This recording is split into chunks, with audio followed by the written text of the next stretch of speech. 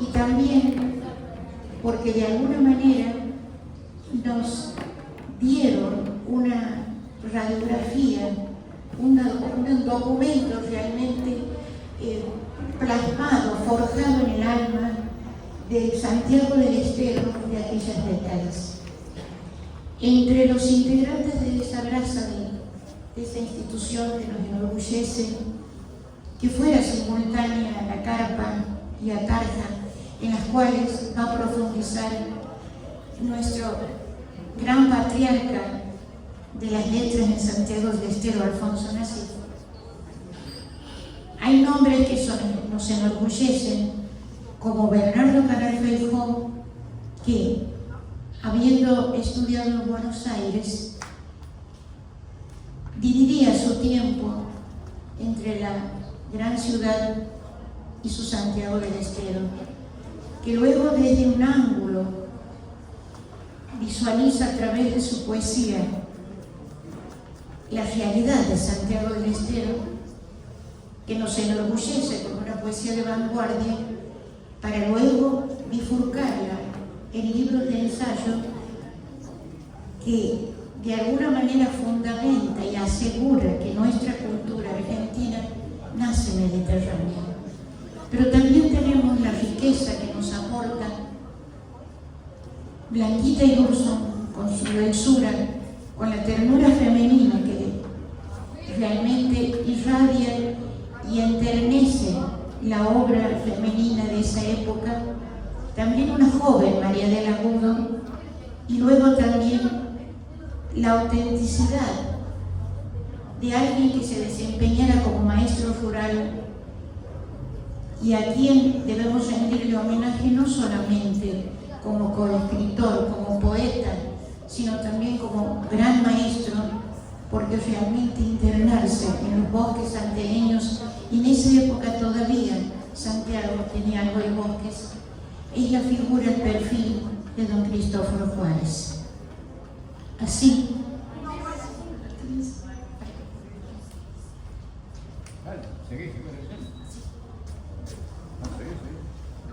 por el micrófono te digo. Lo tengo.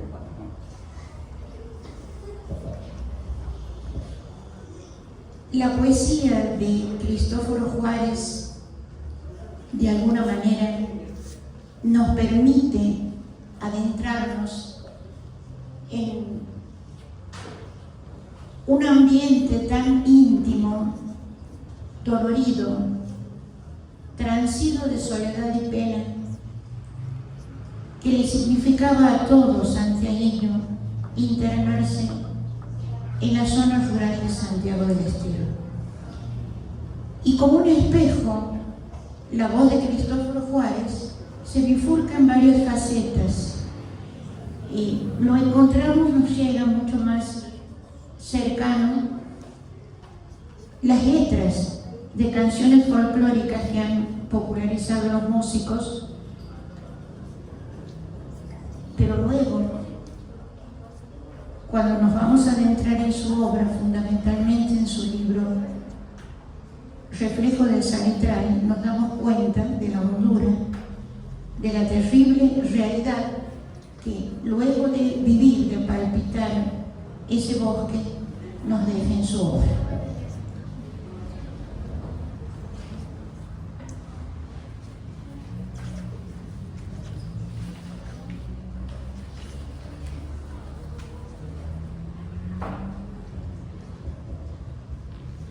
Yo quiero darles este memorial de angustia como mensaje de Santiago del Estero para Tucumán, para los escritores que desde varias provincias se reúnen hoy en las Talitas, y a la vez como un estrecho de palmas de amistad, pero también cuando el alma se estrecha con las manos y se comulga en este dolor, en este sentimiento del Noa que hoy nos convoca, por la generosidad y por el entusiasmo de un escritor de ustedes, como lo es Manuel Rivas. El nombre de Cristóforo Juárez caro y familiar en numerosísimas canciones de nuestro folclore, en el rico abanico de sus ritmos, desde la nostálgica dulzura de una samba a la doble queja de la vidala y la copla, al estallar de una chacarera, asume profunda dignidad y altura en su poesía. En Reflejo del Salitral, publicado en 1930, evidencia el elevado tono de su canto. Nos dice: bajo cielos de plomo, su inclemencia se acuesta en la plancha de acero que niquela el rigor de las siestas ardientes, y en la tierra, hecha espuma, le florece la muerte como blanca teoría sobre campos de luna. Advertimos altitud y austeridad tonal que motiva la exclamación de María del Agudo sobre ello. ¿De dónde viene esta tristeza grandiosa que transpone lo épico y lo trágico, puesto que ya no protesta, ni maldice, ni se desespera, ni renuncia, ni se queja, sino que canta y canta? Si hay otra tristeza más honda, la tristeza del mundo reflejada en el alma, el salitral del alma es más terrible que el de la tierra, porque adentrándose en las cosas, entristece las cosas y se duele a su vez de ellas entristecidas. Esto opina ella en la segunda edición de Reflejos del Salitral de don Cristóforo Juárez. Este libro sorprendió en su publicación y sorprende aún hoy su poesía por la nitidez expresada en las gradaciones del dolor del hombre del interior de Santiago del Estero en aquellas décadas, por una serie de circunstancias geográficas e históricas. Entre las geográficas tenemos, ante la inmensidad de un paisaje ilimitado, de una realidad amarga en la configuración de un universo de salitre, de salinas infinitas, extensísimas, grandes vastedades sin riego, largas sequías y periodicidad de los ríos. Entre las históricas, la carencia de caminos y rutas de comunicación, la desconexión, la lejanía, la indiferencia y el desconocimiento de los centros urbanos que acrecienta y extrema la desolación. Realidad que Cristóforo Juárez habita dolorosamente y que lo habita. Este universo diseñado por los ríos, el inmenso salar, por un monte impenetrable en el árbol, las represas, los jagüeles, los toros, los caminos, los carros fleteros, seres, elementos de la naturaleza y objetos que rescatan sus poemas en un croquis de colores neutros, en la gradación de la zozobra, los diseña en un lienzo tensado de angustia existencial en el que se advierten claramente, neta, la orfandad total. Todo se condensa en la desolación de una tierra olvidada e irredenta. Así nos dice en el poema Reflejos. No saben de ternuras, no saben del amor, se bañan en las fuentes amargas de mi mal, recogen del camino las quejas de mi tierra que en vanos espejismos refleja el salitral. El reflejo simbólico de su alma, un mundo, un hábitat construido por nadie, para no ser, para la nada, para el olvido. En la quimérica versión de las salinas surge la irreversibilidad del destino reflejado en el salitral. Nos dice también en el poema Salitrales: marejadas de fuego silenciosas que ruedan de un mar muerto allí en las playas a los puertos remotos de timélicos golfos que en visiones de fiebre se reflejan temblantes sobre costas azules. Y luego se refiere al trazo de los caminos blanqueados de soledad en el poema Romance de los Caminos. Caminos blancos, caminos que amortaja el salitral, caminos llenos de pena y estallada oscuridad. Blancos espectros ligeros y espectros de sombra negra se cruzan en horizontes borrosos de polvareda.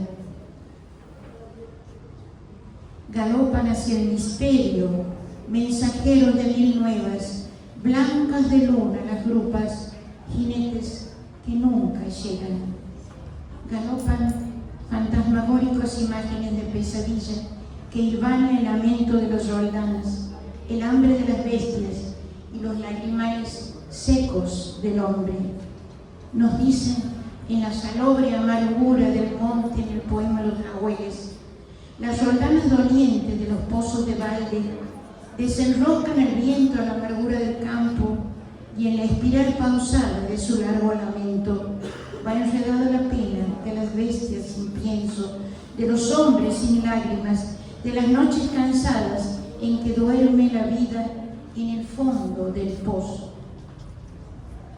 La tristeza de los toros, gladiadores de un ayer, se asimila al dolor de balidos de terneros huérfanos. Nos dice en el poema Dolor en el monte: ya no vuelven los toros gladiadores del monte.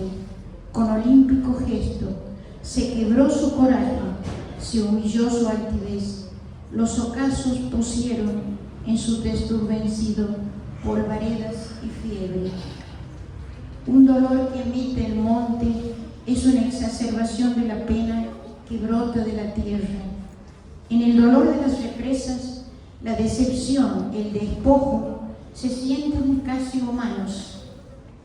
Este poema nos introduce en una fabulosa imagen del crepúsculo engarzada en la riqueza de gemas de sus metáforas. Ya las estrellas temblorosas cantan grillos de luz en el azul inmenso, el fulgor mortecino de la tarde cabalgando en el son de los encerros, nido de cristal para los sueños.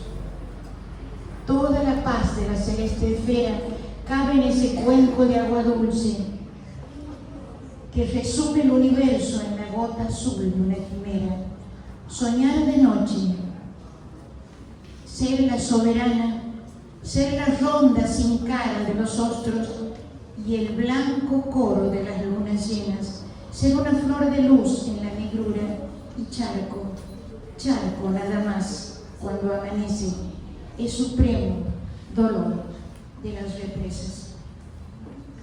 Así, en este poema se advierte el elevado vuelo lírico en la gradación dolorosa de la angustia y el despojo, en el sufrir y la espera desnuda de los cardones penitentes, inmóviles, eternos, implorando la lluvia, en el marchar herido de caminos retorciéndose en la tristeza del andar, nos dicen viejos carriles, polvorientos caminos que se van por la selva y en el campo dormitan, retorciéndose largos de cansancio y tristeza. Un dolor los agobia. Son humanos afanes que su esfuerzo no miden y se estiran y crecen para nunca llegar. En el dolor de los carros fleteros humaniza, hace carne la impotencia y el desconsuelo en metáforas e imágenes de alquimia sangrante. Nos dice en el poema labriego: a mucho que no puede mi corazón labriego cosechar la semilla de la pura bondad. En vano mi palabra repite la plegaria que vino por los hombres desde la eternidad. Labriego de esperanzas cuando la tarde acaba, miro pasar los grises palomas del dolor. En la orfandad de este entorno que habita, de su croquis desolado, de su naturaleza mustia, de sus seres sin destinos, Cristóforo Juárez los refleja, los inyecta, los incrusta en irredimible tormento, instalándolo en sus ojos, en su mente, en su piel, en el alma.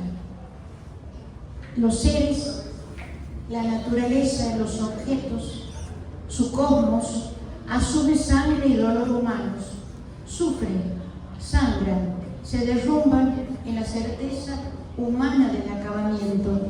Entonces Cristóforo se anonada, se fusiona en ellos, sufre sangre y escribe desde el anonadamiento identificado, transfundido en sensibilidad en las salinas inmensas, en el dolor de las represas, en el poema ante la desolada tristeza de su tierra. Cristóforo Juárez, su poesía es los diversos rostros del paisaje santiagueño en su redenta soledad, en la certeza de un destino irredimible, condenado desde el origen para la nada. En él, el poeta otorga vida humana a la naturaleza y a las cosas y transfunde al hombre en ellas. En tal transposición poética surge la vacuidad como condena inmensa del paisaje infinito, trascendiendo el tiempo y el espacio. En el poema Tropeles, el yo lírico se eleva y la humana esperanza del amor o de la muerte, y nos dice: toda la noche han rondado tropeles cerca de mi casa. ¿Será el amor que ya viene? ¿Será la muerte que pasa? Si el amor es el que viene, siempre a tiempo ha de llegar. Si la muerte es la que viene, cantando me ha de encontrar. Poquito a poco, lo siento, llegar. Entonces, Cristóforo Juárez es bien quien se asume en la herida del monte, en la herida garganta de su tierra, y traza en el lienzo del dolor los tonos trágicos de su cosmos, desgarrado en la magia increíble del poema. Nuestro poeta, en su último libro Coplas Maduras, nos lega un magnífico mensaje con la voz ceñida, sobria, austera en su estoicismo ante la proximidad del umbral último en el poema. He llegado a la cumbre, y nos dice: mi pupila se apaga, como en la estatua griega la pátina ha borrado la ilusión y la fe. Estoy solo en la altura, como un cóndor que llega exhausto hasta la cima para morir después.